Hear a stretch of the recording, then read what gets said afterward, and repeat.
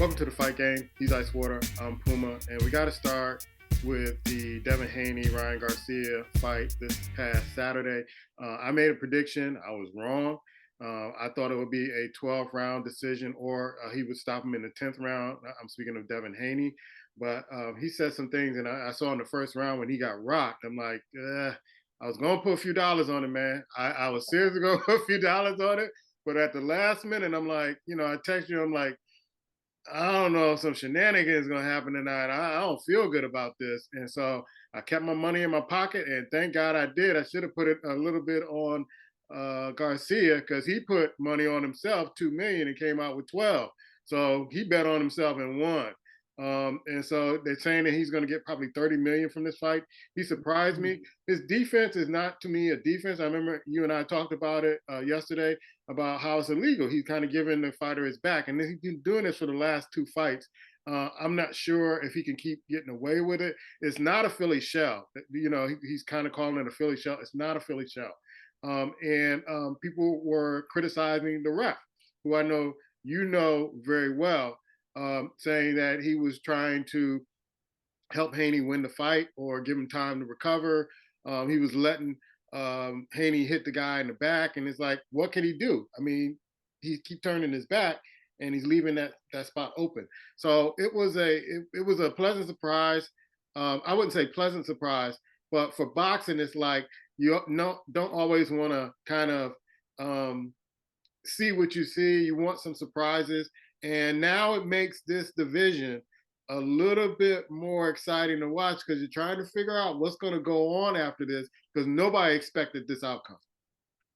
No, not at all. Just because of the antics of Ryan Garcia, I mean, he seemed like if he was, a lot of the stuff he said he was joking and he was trying to make people uncomfortable by his reaction and whatnot.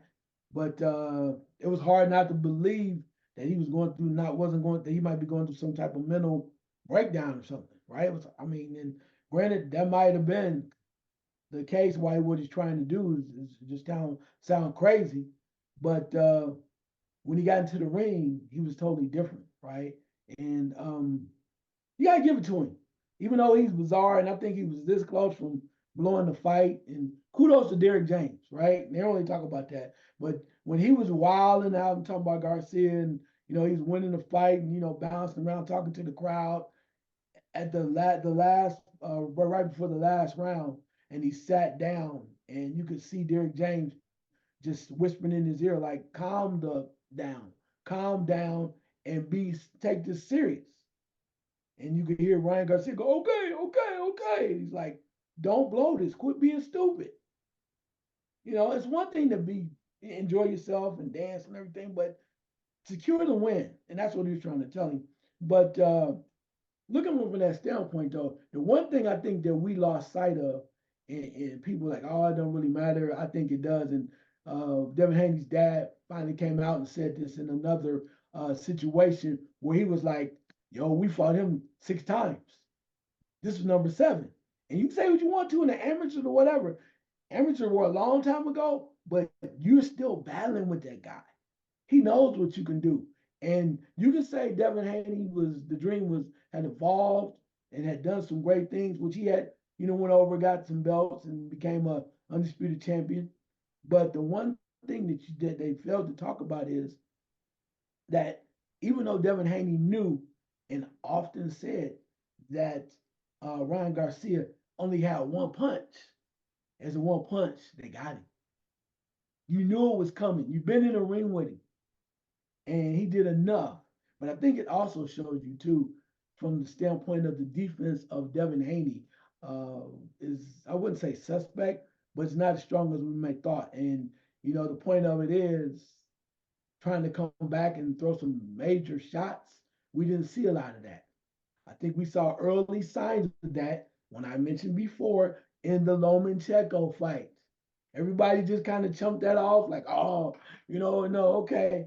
And in the same type of situation, when you move forward, you put pressure on Devin Haney, and you can move around a little bit and stay away from him and put pressure. He doesn't really have a plan. Doesn't mean he's a bad fighter, but you just kind of see that pressure and people that can really connect and adjust when he's running or moving around. like Lomachenko did. He kind of got to him, and then definitely here, you've never seen Devin Haney drop down like that ever. And but I think he fought a hell of a fight. Devin Haney is, but I think it also shows he's a warrior. But it also showed you that we like to put people on pedestals early, and he deserved everything that he learned, that he earned, as far as the belts and whatnot. He was undisputed champion, yeah. But now we're showing, hey, maybe Tank Davis is like looking at some things too, going, I put Ryan down. Last but not least, on this point, the factor that we talk about the 3 pounds, you can see the factor that when Ryan Garcia did not have to get involved in some type of draining of weight prior to the fight, where he could just do what he needed to do. Not talking about drinking beer. I'm talking about where he just does not have to drain himself down to a certain level. He was a stronger, bigger fighter, and he's very comfortable with that.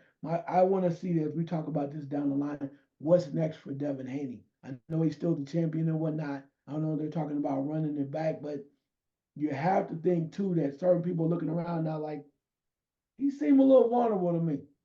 Seemed a little vulnerable. And last but not least on this point, I can't let it go. That in that corner, man. I thought he had another trainer. That was in that corner. He had no answers. No answers for his son when he got in trouble. No answers. But hey, I understand when you've been come up the ranks with your dad for so long, you trust him because that's what you go. But these last couple fights against what we call somewhat marquee talent, been a little suspect over there. We're looking for answers.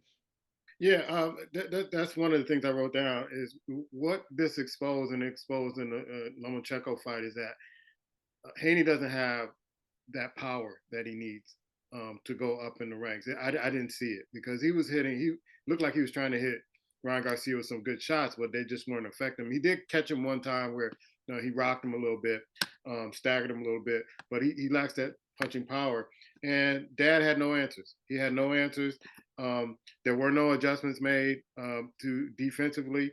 He was almost like he had the left down and the right was coming in, and to set up the left. And it's almost like his father has philosophy of we just come in here and do what we do. We're not worrying about what the other man's doing. And you can't go in with that philosophy. You got to have some adjustments when your fighter's in trouble and they're looking for you to give them some advice in the fight. And you don't have anything. He did give him one good advice after the first round. You need to just kind of just stun a little bit, get him to react, keep him busy. I thought that was good, but then in middle rounds, you've seen the same thing after Ryan Garcia figured it out. Then in I think the 10th round, the 11th round, he was getting in trouble. He was trying to hold on. But before we get to what's next, I want to get to the ref. I know you know the ref, and you had some interesting input on how it is to ref this type of fight because it was a rough fight to ref. They were both holding on to each other. They would hit each other and put each other in headlocks and all that other stuff. It wasn't one of those exciting wall to wall just knockdown drag out fights. It was a lot of him kind of interceding and trying to see what the other fighter was doing that was in violation. Your thoughts on and he's been getting a lot of criticism. Your thoughts on this? Yeah, what I think overall from the beginning it was a tough fight to judge or referee, if you will, because from the standpoint of they were both physical in nature, right? So they're like two battering rams coming at each other, and then they bang, and then after a while they get close, and then they start doing illegal stuff like Garcia was grabbing Haney by his neck. I always had that head neck move, and then when Devin Haney was getting hit, he just hugged real tight, but it's a very difficult situation because no matter what you do, in the way that Ryan Garcia was amped up, particularly when he started winning, he was just coming in wild, and they both were doing it.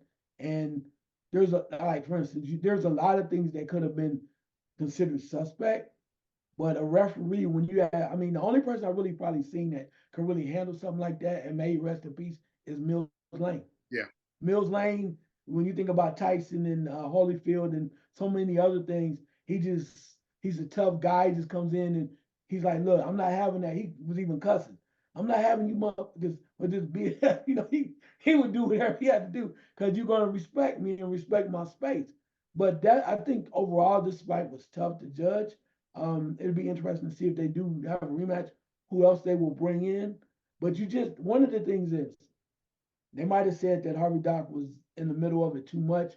But if you're not, that's when people get hurt. Mhm.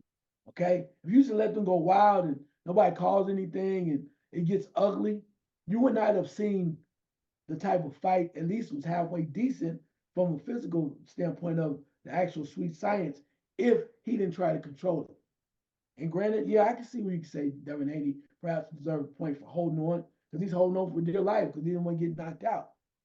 So, and then too, there's a possibility that, I thought when he went down or close to it, I might have need to watch it again, that maybe his glove touched the cams. I'm talking about Haney. So that could have been another fourth knockdown.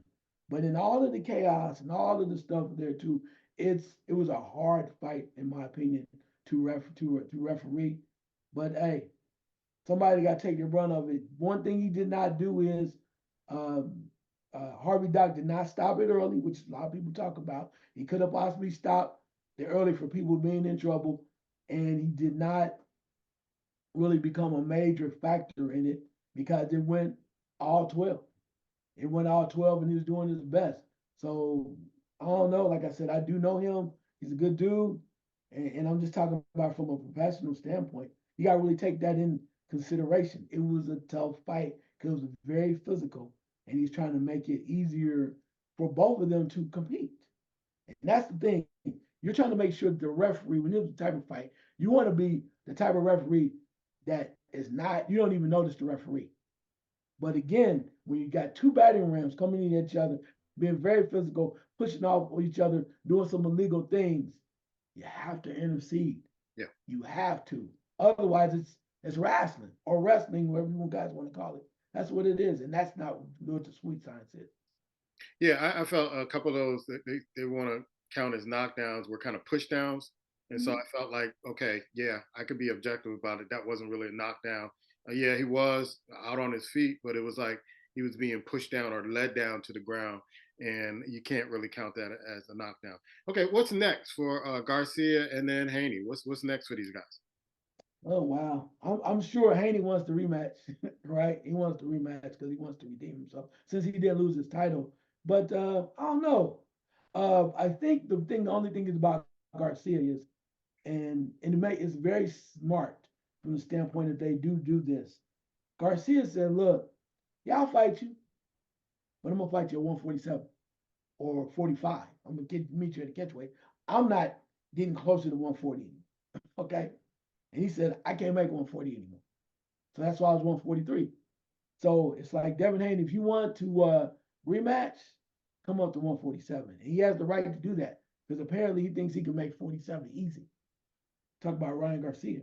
So it'll be interesting to see what Devin Haney wants to do. He still has his belts. There's a lot of things going on at 140. I'm not sure how much longer, when you think about it, how much longer Devin Haney's going to be at 140 either. But there's always some smoke at 140. I think Tank Davis now is like, you know what? I think I saw a little something. Josh Shakur Stevenson's always wanted that fight. And when you watch that kind of fight where if I move forward and I start to punish you or I start getting the best of you and you're backing up and you don't have any type of defense, a lot of people are going to want that fight with Devin Haney. And to the kudos to his corner, to him and his dad. When they're the aggressors and they're boxing and they're making moves and they're causing punishment, they're always in control. But when you start to have premier talent, as we saw with Ryan Garcia, says, "Look, I've seen you 6 times prior. I know what you do. You can say what you want to. I mean, as much as juvenile as I would say that Ryan Garcia has been at times, he stepped up and fought a masterful fight. Again, I think one of the things people did not do is you don't give enough credit to Derrick James. Dad was in the corner, but watching Derrick James was literally telling Ryan Garcia, particularly near the end, don't blow this damn fight. We're gonna win this. And Ryan Garcia is such a juvenile at times. I mean, he's such a rambunctious, seems like a child. That at the end, right before the 12th round, Derek James had to like sit him down, whisper his like, calm the F down. We're gonna win this. Don't give it away. This is what you want. Then he want to act a fool and you out there. I think they had a video of him smoking and all that. I mean, you can do whatever, but let's finish the job. Because last but not least on this point for me, if Ryan, the way that Ryan Garcia performed is the way that we've heard about the talent they've been talking about for years. When he's with Golden Boy, you're talking about, oh man, this dude is phenomenal. But we never saw him really show you what that potential could be like until Saturday, in my opinion. Yeah. And this is what we're talking about. So if he really took this craft seriously, I think he could really be dynamite. But the question is, does he want it? Yeah, what's interesting to me is that, when Ryan Garcia lost, De La Hoya and that group kind of left him in the wind. All of a sudden, they're in his corner, like he's the best thing since sliced bread. Um, I'm looking at Garcia. If he wants to fight at 147, that's fine. If he can't fight at 140, that's fine. But now you're looking at dangerous territories. We're going to be talking about Crawford a little bit. We're going to be talking about some other fighters that I don't know. They're not Devin. They got knockout punches. They can box. And so what I look for Haney, this wasn't he didn't lose his title, but you may want to vacate that, go up. If you can't fight at that particular weight, vacate it. That's my opinion. Vacate it, let somebody else have it, go up, and eventually get Ryan at a higher weight. But now you have something to prove because that, oh, we do what we do, and people are gonna have to adjust to us, is not working anymore. Maybe get him another trainer, a corner man who can help him make the adjustments. Because after a while, when you have a coach for so long, sometimes you can't hear them anymore. And one thing that really bothered me that Devin Haney said after the fight is that, he went in there sleeping. You do all this talking, you do all this stuff during the promos. You can't take this lightly. You can't go in there sleeping. This is pride here. Your father talking about you gonna kill him and all this other stuff. And so it's more his daddy kind of talking and kind of egging him on.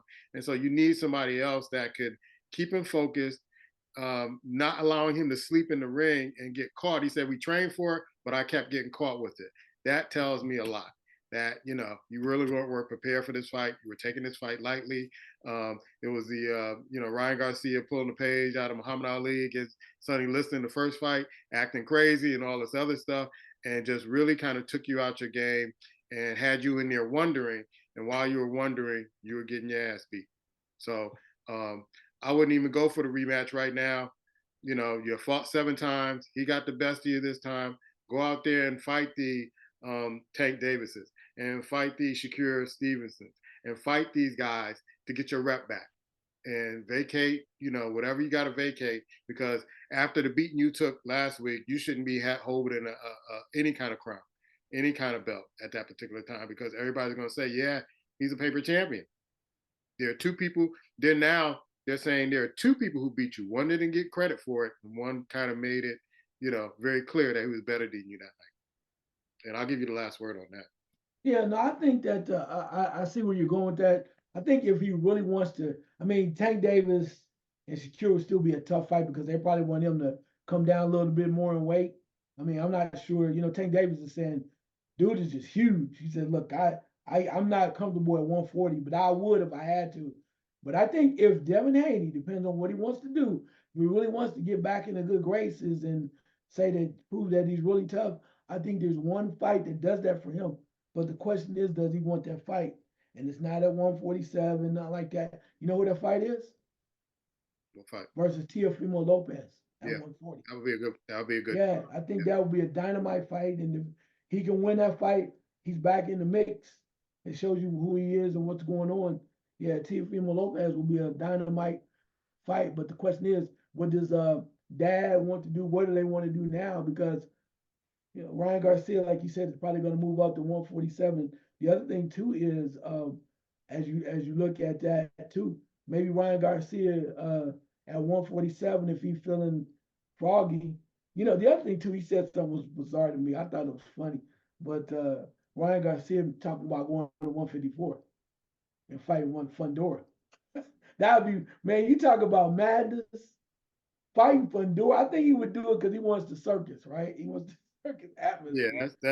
that's Logan Tyson all written off. Yeah. I think that would be bizarre, but I could even see where if Devin Haney wants to go to 147, I think it's a great time to go after and see if you can fight Boots Ennis. Yeah, It's a great time. yeah, Great time. yeah. So we're talking about Crawford. I know there was some breaking news. I don't know if it's true or not. And he's getting ready to fight pretty soon, and time is ticking on him. So what are your news about Terrence Crawford and upcoming fights? Yeah. Well, apparently, he was been looking around here and there, talking about all fight this guy, fight the guy. But he was apparently prepared to move to 154 and fight the champion there. One of the champions there is, I think, Israel Marimov, and he was going to fight him at 154. And they're getting all excited. They're announcing a potential date and everything. And then all of a sudden, there's a whisper, and a letter was sent to the one of the offices of the powers that be.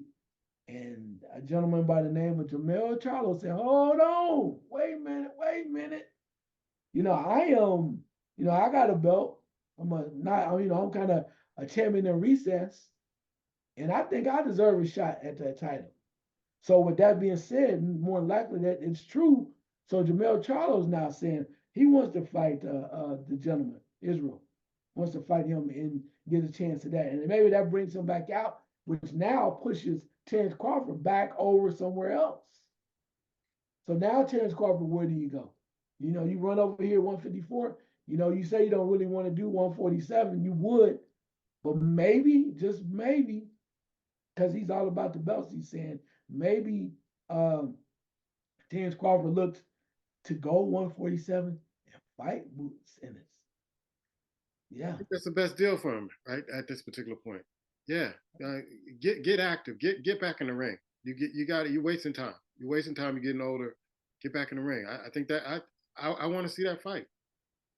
yeah, I think that'd be a good thing. And two, I think what we're seeing too is I think a lot of people, I won't say a lot, but some of the boxers kind of think that Errol Spence Jr. trying to come back may be damaged goods. And I hate to say that because I love Errol Spence, Yeah, me but too. because of the beat down that he suffered to Terrence Crawford, some people think that maybe the after effects of his accidents Mhm. are coming back to play.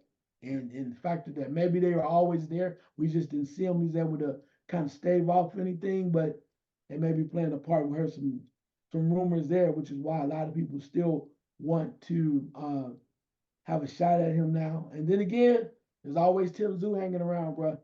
Tim Zoo is waiting, chomping at the bit to get around. I think that'd be another fight too. If I am, uh, even though he lost the belts, but I guess he won't fight him for the belts. I was thinking maybe Carver could fight Zoo, but he won't fight him without the belts. right. He wants to collect straps. Uh, Yeah, Earl Spence with Tizoo. I would welcome that fight because you don't want to me.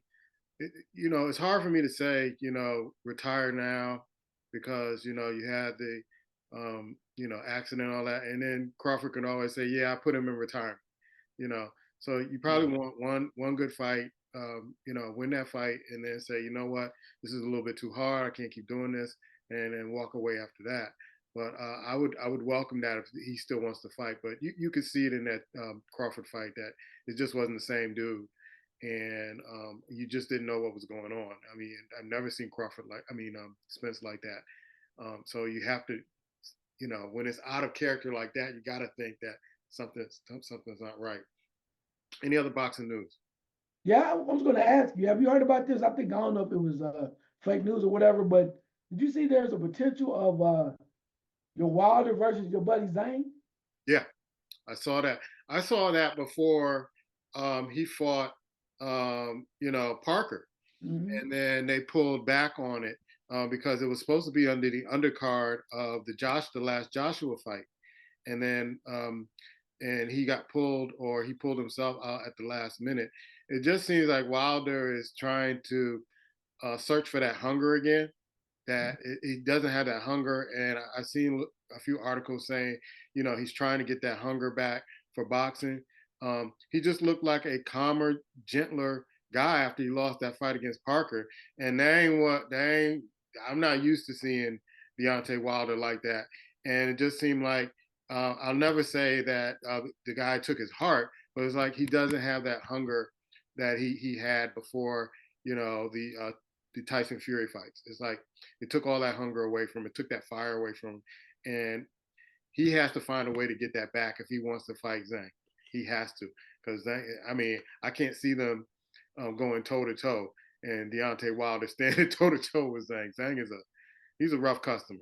And even though he lost the fight against Parker, they said he gave Parker, he gave him some trouble, knocking him down and giving him some trouble. So I can't see Deontay Wilder. It's when I saw him get knocked down, he's just not the same fighter as he is with other fighters.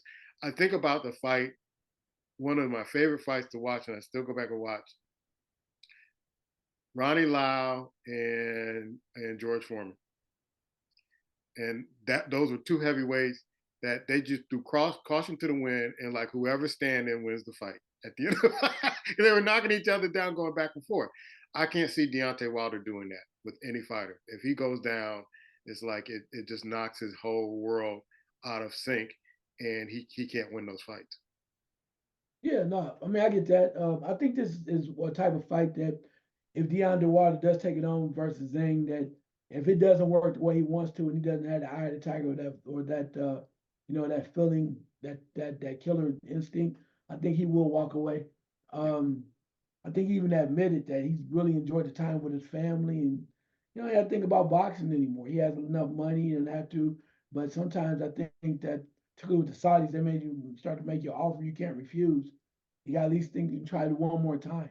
And with both of them coming off of losses, Zhang that is, and him coming off of losses, I think it would be a great matchup to see what's going on and moving forward. People come watch it. And worst case scenario, if you're not feeling it anymore, hey, walk away in the sunset, and then do what you got to do. And nobody will, one way or the other, nobody ever blame you one way or the other.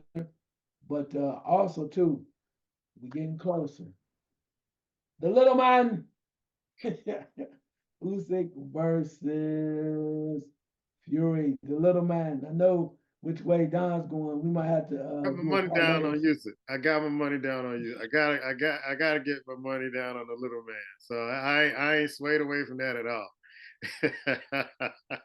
But that would have been a great undercard. You had Wilder and Zhang under this undercard. That would have been must see TV. I would have loved to see that undercard. And you never know, it may happen. You got a few weeks out, so it may happen. That's true. It'll be interesting one way or the other, but I'm looking for the little man versus Mr. Fury. They have another fight under boxing. I'm not sure why they have it under boxing. I think I talked about it last week. Masvidal and Diaz. I thought it was MMA. They keep listing it under boxing. So maybe it's pay per view. Maybe they, both of them had a talk, sit down, like, listen, I need some money too. So let's just get this going. Forget Dana White. Let's just get this going. This is happening in Inglewood, California. I think that might be a home fight for Nate Diaz, but yeah, because I think Masvidal is from Miami or somewhere in Florida. So yeah, they keep putting it in boxing as light heavyweight. So yeah, as soon as that I get some more information on that, we'll go back to see whether or not that's a bona fide boxing match, because I can't see um, one of them getting lit up and then not wanting to kick or grapple or do something. And what is the ref going to do? I mean, break it up? I mean, this is what these guys do. This is what I don't know. Your thoughts, man? Yeah, I mean, I love Nate Diaz. Nate Diaz, had the crowd egging him on to kind of indulge in some narcotics. And some people say it wasn't narcotics, said it was a cigarette, but regardless, he sparked up at the press conference and they're like two peas in a pod, right? You know, so Nate doesn't talk a lot, but he does wild things and he gets you amped up, and they both respect one another. Masvidal was talking to the crowd, calling people out, calling them out their names, say, "I will come out there right now and whoop your man." This was one of the wildest press conferences I've ever seen, man. Wow. I mean, the fight is gonna be cool. I don't even care about the fight because they might be past their prime. But the BS talking and the crap talking and them going back and forth and Masvidal talking to the crowd and Nate firing up. you It's know, part of the I show now.